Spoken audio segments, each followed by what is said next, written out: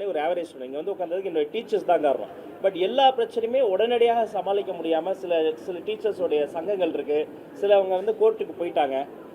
பல்லாயிரக்கணக்கான கேசஸ் வந்து நிலுவையில் இருக்குது. அப்படி நம்ம உடனடியாக அதுக்கு வந்து நம்ம எதுவும் பண்ண முடியும். பட் நம்ம கெப்பாசிட்டியில் எதெல்லாம் உடனடியாக தீர்க்க முடியுமோ அதை உடனடியாக பண்ணிட்டோம். நீதிமன்றத்தில் இருக்கிறத சட்ட ரீதியாக பள்ளிகள்ல பெண் குழந்தைகளுடைய பாதுகாப்புக்காக என்ன மாதிரியான நடவடிக்கைகள் எடுக்க போறீங்க? ஏதாவது குழந்தைக்கு பாதிப்பு வருது அப்படின்னா அந்த குழந்தை எப்படி ஆசிரியர்கிட்ட சொல்றது மாதிரியான ஏதாவது வழிமுறைகளோ? நல்ல கேள்வி சிஸ்டர். நம்முடைய புதிய பாடநூலை திறந்த உடனே முதல் பக்கத்திலேயே 2 நம்பர்ஸை நம்ம வந்து பப்ளிஷ் பண்ணியிருக்கோம். அந்த நம்பர்ஸும் சும்மா பயமுறுத்தமாக இருக்காது. அவங்கள வந்து அந்த குழந்தைகளுக்கு ஏதாவது பிரச்சனைனா உடனடியாக அவங்க அந்த நம்பர்ஸ் டோல் ஃப்ரீ நம்பர்ஸை அப்ரோச் பண்ண முடியும். அடுத்த பக்கத்தில் பார்த்தீங்கன்னா இந்திய அரசமைப்பு சட்டத்துடைய அந்த தகவலையும் போட்டிருக்கிறோம். இப்போ போக்சோ பொறுத்த வரைக்கும் போக்சோ மாதிரி வழக்குகளில் அது ஒரு பெரிய வரப்பிரசாதம். அதை எப்படி எக்ஸசைஸ் பண்ணோம், அதை எப்படி நம்ம வந்து ஃபாலோ பண்ணுங்கிறதுக்கு ஆசிரியர்களுக்கு நாங்கள் வந்து பயிற்சி கொடுத்துருக்குறோம். ஒரு குழந்தைக்கு அது மாதிரி ஏதாவது ஒரு தொல்லை வந்தால் அந்த மோஸ்ட் ஆஃப் தி பெரும்பாலும் பார்த்தீங்கன்னா போக்சோ கேசஸ் ரொம்ப தெரிந்தவங்க மூலமாகவே வரும். அறிந்தவங்க மூலம் பக்கத்து வீட்டில் இருக்காங்க, டிஸ்டன்ட் ரிலேட்டிவ், சம்டைம்ஸ் அந்த இன்ஸ்டியூஷனுக்குள்ளே இருக்க மூலமாகவே வரும். அப்படி வந்தால் அவங்க யாருக்கிட்டையும் அந்த டோல் ஃப்ரீ நம்பருக்கு கால் பண்ணாலே உடனடியாக நடவடிக்கை எடுப்பாங்க. என்ன நடவடிக்கை எடுப்பாங்க? இதில் 4 துறை சம்மந்தப்பட்டிருக்கு. ஒன்று அந்த பள்ளிக்கல்வித்துறை. அந்த பள்ளிக்கல்வித்துறை அந்த விக்டிமோடு நிற்போம். அந்த விக்டிம்க்கு என்ன நீதியோ அது வாங்கி தரதை நிற்போம். 2 காவல்துறை. யூனிஃபார்ம் இல்லாமல் அந்த குழந்தையை விசாரிப்பாங்க. நேரில் கூட கிடையாது, ஒரு வீடியோ காலில் கூட ஒரு பெண் அதிகாரி தான் விசாரிப்பாங்க. 3 நீதித்துறை. மற்ற கேஸ் மாதிரி கிடையாது சிஸ்டர். 12 மாசத்துல நீதி நிலைப்பாட்டப்படும். 4 சமூக நீதித்துறை. அந்த வெல்ஃபேர் டிபார்ட்மெண்ட்ஸ் அவர்களுக்கு தேவைப்படுற அவங்களுக்கு ஒரு சைக்கலாஜிக்கல் ட்ராமா இருக்கும், அவர்களுக்கு வேறு மாதிரி ஏதாவது ஒரு சப்போர்ட் தேவைப்படும். அதையெல்லாம் துரிதமாக வேறு எப்போதும் இல்லாத அளவுக்கு இப்படி ஒரு கொஹிரன்ஸோட ஒரு கொலாபரேட்டிவாக இவ்வளோ டிபார்ட்மெண்ட்ஸும் வேலை பார்க்குறோம். அதையும் மீறி அங்கொன்றும் இங்கொன்றும் ஏதாவது பிரச்சனை வந்தாலும் தப்பு தான். அந்த பிரச்சனைகள் வந்து உடனடியாக களையப்பட்டு மிக கடுமையான நடவடிக்கை, மிக கடுமையான தண்டனை அந்த குற்றவாளிகளுக்கு வாங்கி தரப்படும். புதிய தலைமுறை தொலைக்காட்சி அரசு கேபிள் இணைக்கப்பட்டிருக்கு. அதே மாதிரி சில இடங்களும் பின்னுக்கு தள்ளப்பட்டிருக்குது.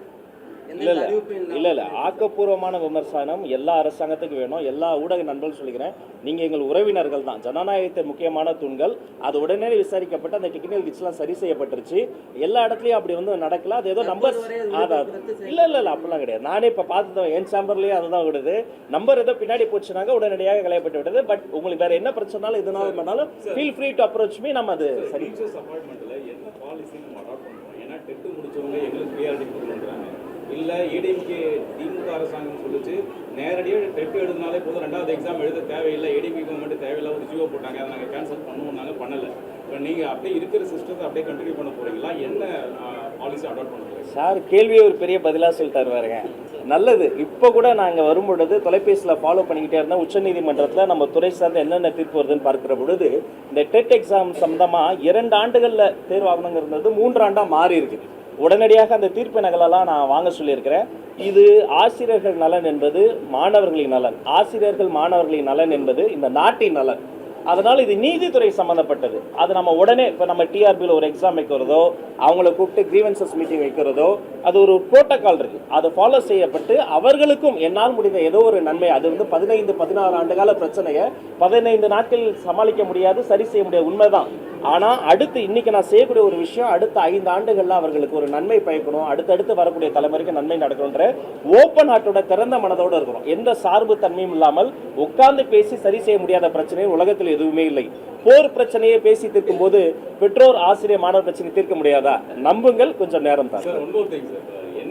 இருக்கிறதுல நீங்கள் தானே நிறைய கொஸ்டின்ஸ் அக்செப்ட் பண்ண மாட்டோம்னு ப்ரீவியஸ் கவர்மெண்ட் சொன்னாங்க. அதனால ஸ்டேட் எஜுகேஷன் பாலிசி கொண்டு வந்தாங்க.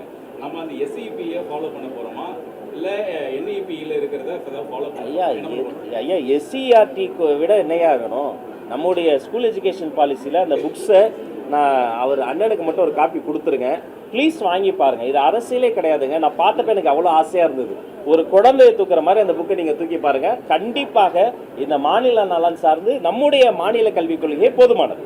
சரி.